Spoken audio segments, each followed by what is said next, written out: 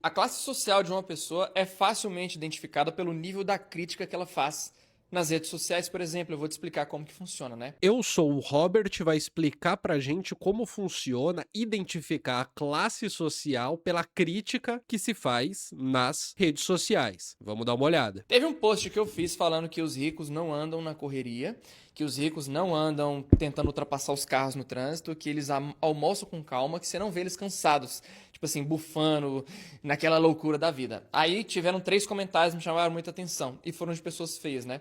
Ah, que nada a ver, E foram de pessoas feias, né? que eu trabalho pra ricos, eles vivem na correria, que não sei o que tem, que eles vivem numa vida muito louca, que eles não têm tempo pra nada. Aí eu ia ver o perfil das pessoas, as pessoas tinham cara de pobre e eram feias. Ok, não tem nenhum problema em ter cara de pobre, né? Porque Cara de pobre e feia. eu fui pobre a maior parte da minha vida.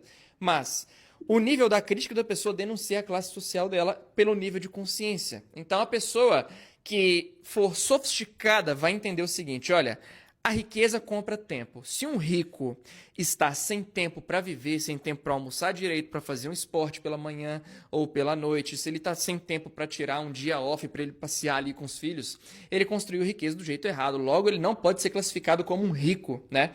Porque o rico que entendeu o que é construir família, construir negócio, construir império financeiro, ele sabe que o maior ativo do mundo é o tempo. E se ele não está tendo tempo, ele construiu riqueza do jeito errado. Tem muito dos ricos que não construíram famílias e que fica simplesmente se enfiando em trabalho o tempo todo. Esses não podem ser usados como parâmetro para você definir o que são os ricos, o que é o mundo dos ricos, né?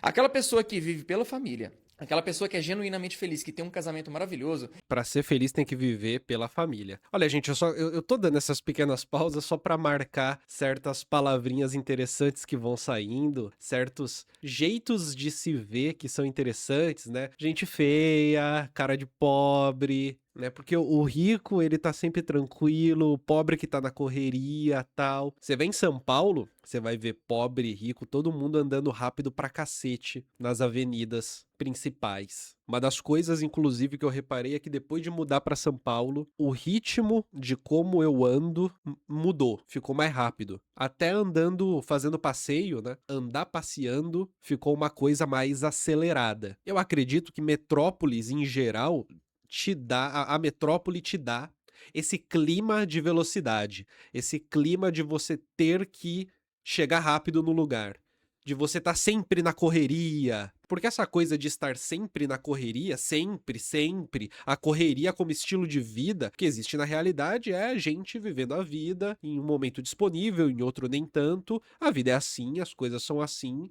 acontece. E a correria acaba se transformando para muitas questões ali, quase que um traço identitário, né? É aquilo que te classifica como pessoa. Mas daí tirar a conclusão de que alguém que tem grana vai conseguir ter um equilíbrio na vida simplesmente por ter grana é uma coisa assim que vai para um caminho que não faz tanto sentido. Na medida em que mantém a gente num olhar em que tudo se passa como se rico tivesse sangue azul, tivesse alguma coisa no seu sangue, alguma coisa nas notas de dinheiro que faz com que a pessoa consiga ter uma vida mais equilibrada para além das questões financeiras. Como se a satisfação das questões financeiras fosse a satisfação de todas as questões da vida. Como se não tivesse vida para além da necessidade de subsistência. Então, na medida em que a subsistência foi satisfeita, a gente chega num ponto em que a correria não faria mais sentido. Só que a gente é animal cultural, a gente é animal humano, a gente depende da cultura para viver. Não existe ser humano sem cultura. Isso não existe. Ou seja, também não existe uma submissão a necessidades que são tão básicas como se elas fossem nos definir enquanto gente. Pelo contrário. Ser um animal cultural tem como substrato o fato de que a sua definição enquanto pessoa acontece para além das necessidades mais básicas, biológicas, necessidades de sobrevivência, subsistência, por aí vai. A vida ela acontece quando a barriga geralmente está cheia. Esse tipo de vida, essa coisa, essa construção simbólica do mundo, ela vai acontecer nos momentos em que você não está morrendo de fome. Não tô dizendo que quem passa fome não consegue classificar o mundo. O que eu tô dizendo é que você tem, e aqui entenda de um jeito carinhoso, né? Mas existe um luxo na classificação do mundo. Sem esse luxo, o mundo ele é o que ele é, e a gente é animal sobrevivendo nele. É esse luxo que faz com que a gente nomeie família, é esse luxo que faz com que a gente consiga classificar as coisas ao nosso redor, dando um sentido, racionalizando. É esse luxo que faz com que a gente se sinta melhor quando tá com uma roupa melhor, por exemplo, e não meramente quando está de banho tomado e barriga cheia. Não é só isso. É esse a mais que faz a gente ser gente. É esse a mais que gera identidade. É esse a mais que faz com que a gente não seja só mais um bicho. Vocês entendem qual que é o ponto aqui? Por que eu tô trazendo isso pra comentar o vídeo do Robert? Vamos continuar aqui. Você não vê essa pessoa engolindo o café da manhã, você não vê ela engolindo o almoço, deixando de almoçar porque não deu tempo, você não vê ela se enfiando em tarefas, com múltiplos milhões na conta, por quê? Ela quer chegar em casa e ver o filho antes de dormir. Ela quer poder ver o que o filho está aprendendo de novo, ela quer passar um tempo maior em casa. Tem muitos compromissos? Tem uma agenda relativa. É disso que eu tô falando. O fato de existir um tempo livre porque você não precisa ficar 12 horas trabalhando não implica no tempo que está livre ser gasto de uma maneira ideal, né? Com a família, com os filhos, a educação dos filhos. Essas coisas não estão implicadas. Não é como se a gente fosse naturalmente um bom pai e o capitalismo nos estraga. Tipo assim, né? Ser peão no capitalismo nos estraga. Logo, quem não é peão dentro do capitalismo consegue ser um bom pai, por exemplo. Não é assim que funciona. Essas coisas, elas não são desse jeito, né? Não são dependentes desse jeito. Relativamente cheia? Tem muitas coisas importantes ali para dar conta? Tem, mas as pessoas não deixam aquilo que é essencial na vida dela atrapalhar por conta do dinheiro. As pessoas mais infelizes que você vai conhecer são aquelas pessoas que colocam o dinheiro acima de tudo. Não importa, não quero saber do meu filho, não quero saber se a minha mulher não vai me ver hoje, eu estou trabalhando. Essas pessoas você não pode usar como referência como ricos, porque eles são a minoria, aquelas pessoas que não entenderam qual é a essência do dinheiro e para que ele serve, que é para comprar tempo livre. Então, Mas como é que faz pra saber, sabe, se isso é minoria ou não é? Tipo assim, você entende o que eu tô querendo dizer aqui? O que tá em jogo aqui é um imaginário muito comum, que é aquele de que, ao ter a necessidade financeira satisfeita, o sujeito, seja ele quem for, tem um campo aberto para ser uma pessoa ideal, uma pessoa do bem. Esse tipo de visão, que muitas vezes é utilizado para dizer que o pobre é um péssimo pai porque tem que trabalhar o dia inteiro, ele também vai ser utilizado para dizer que o rico é um ótimo pai porque não precisa ficar o dia inteiro trabalhando. Fazem parte de uma mesma maneira de se observar o fenômeno, em que a necessidade financeira, ao ser satisfeita, abre a potencialidade de ter uma vida ideal. E infelizmente não é assim que funciona. Infelizmente não é assim que funciona.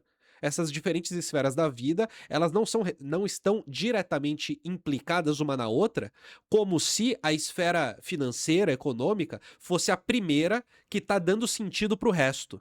o nível de consciência de uma pessoa, você consegue sim descrever também a classe social dela, porque quanto mais pobre a pessoa for, principalmente de mentalidade, menos ela consegue interpretar um discurso desse, como eu coloquei para você. E isso torna isso muito perceptível. E quanto mais análise do discurso a gente aprende, mais a gente consegue interpretar esse tipo de papo e entendê-lo no seu lugar histórico. Entendê-lo dentro de uma dinâmica de classes, de uma dinâmica em que cabe ao pobre ser o selvagem e ao rico ser o civilizado. A gente consegue entender a partir disso também como que esse papo que parece às vezes ser muito legal para quem tem menos condições, ele acaba classificando quem tem menos condições como sendo alguém que vai ter uma vida fracassada em qualquer esfera, justamente por não ter um salário alto, por exemplo. Isso que parece ser um afago, na verdade, está fortalecendo um par de oposição de selvageria e civilização. Selvagem e civilizado. Aquele que tem a necessidade financeira satisfeita tem um espaço aberto para colocar para jogo a sua potencialidade ideal de ser um ser humano bom, etc, etc.